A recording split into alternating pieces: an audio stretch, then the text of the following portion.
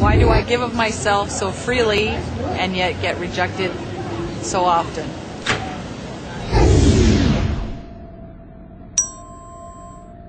It feels that way to you at the moment, but let's look at what's actually happening. Our will to receive is a cunning force.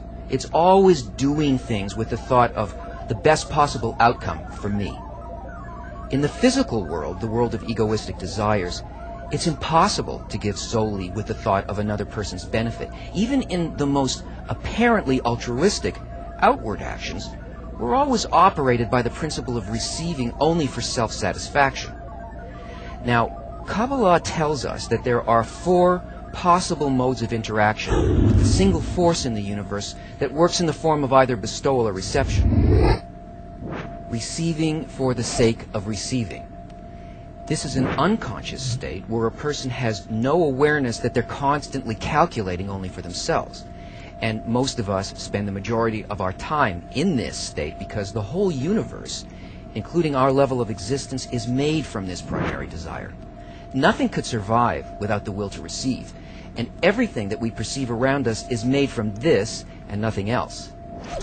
The next mode, giving for the sake of receiving, is a new calculation based on seeking pleasure from apparently giving to others.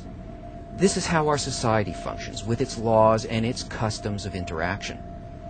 It's also an unconscious degree of reception because the true intention behind the giving isn't revealed to the person.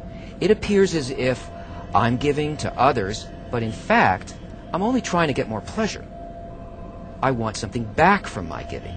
Fame, acknowledgement, love, a favor down the road, or peace in society. And this is how we make our mutual agreements. But all of the actions that I take in this world, including giving to others, are based in receiving because it feels good for me to give. Now, above our physical world, there is the spiritual world, which is totally concealed from us. The first inkling we can have of that world is when there's a restriction on the nature of reception created by a masach, or a screen, which is the appearance of an actual intention to bestow. That's the first degree above our world. Giving for the sake of giving. Here the intention to give is pure, though tiny. The inner intention of giving is independent of any calculation of the will to receive.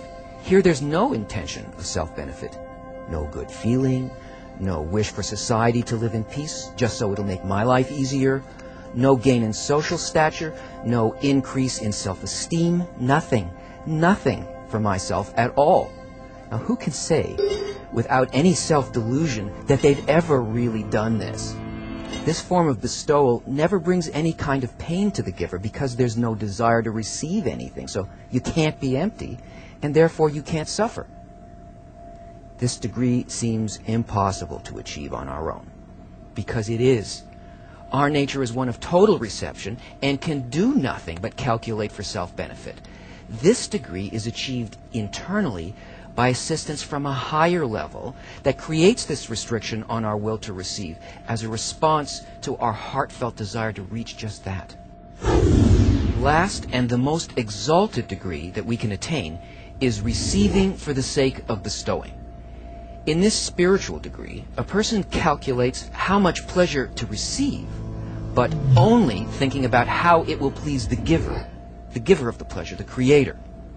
And this is in fact the very thought behind creation, to receive everything that the creator wants to give, which is endless delight. So the sensation of pleasure from reception is amplified by the pleasure created by not thinking about self, but only how it fulfills the creator's desire to give. And this eternal state the Kabbalists call the endless world, or Ein Sof. Now this all sounds very simple, but it's not very easy unless a person has a strong desire to reach this state above their nature. But with it, the drive for spirituality will become the dominating force in the human heart.